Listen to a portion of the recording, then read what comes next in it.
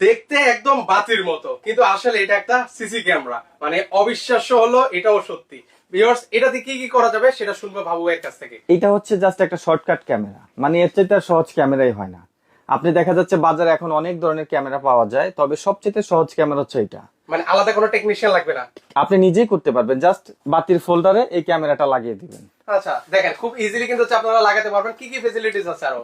বাতির ফোল্ডারে এই ক্যামেরাটা লাগার পরে একটা আপনি অ্যাপস আছে, অ্যাপসটা ডাউনলোড করবেন মোবাইলে এবং স্ক্যান করলে এটার সাথে কানেক্ট হয়ে যাবে। এটাতে নাকি কথা বলা যায়? কথা বলা যায়, এটাতে স্পিকার আছে, আপনি কথা বলতে পারবেন।